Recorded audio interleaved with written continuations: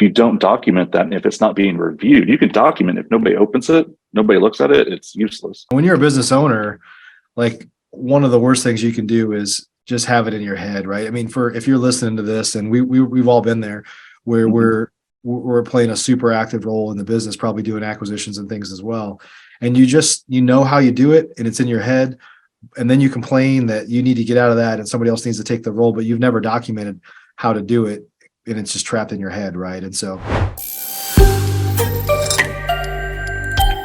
yeah, and you've heard me say this phrase many times over the past couple of years. You got to play the long game. If you want to win at this, you've got to give things time. Pretty much everybody knows stories of somebody calling on a postcard or letter that they sent out a year or two before. Yeah. And people really do hang on to those. It's kind of a surprising / amazing to me, but they do. And the power of follow-up. Like sometimes we've all gotten deals that we generated years ago and they finally came around. Something happened. And it wasn't that the marketing didn't work or did work. I mean, it did work if you get the deal. It's just that the timing wasn't right for that person yet. And we all know a lot of the types of people that we buy houses from, they've had distress or situations in their life for probably a long period of time. And it's just like the straw that broke the camel's back eventually. Like it didn't make sense a year ago, but this thing just happened and I'm ready now, right? That's right. Yeah. Things change. Yeah. So let's talk a little bit about kind of systems, but like more like processes, like things that are really important to have documented in your business. This is kind of the way you do things, right? Most people would kind of refer to it as you create an SOP or a standard operating procedure for how we do this thing.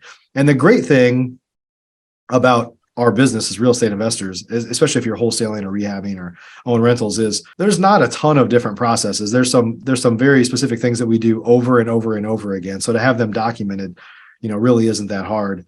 But let's kind of jump in first to, I guess, the top of the funnel, like lead intake, like receiving a lead, how you process it, and talk about, a little bit about the importance of that and having that documented, and maybe some tips you could share for how people can document these things if they haven't. Okay. Yeah. I mean, that's your first true contact with a lead. So it's more important than people realize.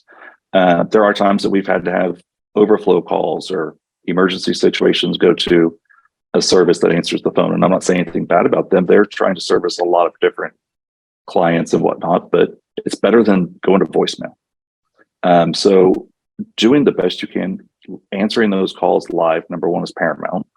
And then having a system of what happens if you don't answer it in 3 rings or whatever. Does it roll to somebody else on your team? Once you receive the call, there needs to be a system or process of what that call includes. Are you going to get their name? Are you going to get their address? What's going on? Some people ask for the mortgage balance. We don't ask for the mortgage balance. That's just something unique with us. But have that documented. That way, when you bring on somebody new, when the staff changes, there's documentation there so that people know how to do it. But also to reaffirm with your current staff what needs to be done. You don't want, you have a staff meeting and, hey, I really need you to find this specific thing out. When COVID started, will they let us in the house? That was a very important piece of information. If you don't document that, and if it's not being reviewed, you can document it. If nobody opens it, nobody looks at it, it's useless. Right. But they need to review it, and then that'll remind them that they need to continue to get that. We've all been told something by a boss before, and we know it's important, we need to do it, and we don't do it, not because necessarily we don't want to, or we're trying to, push back against the man or something.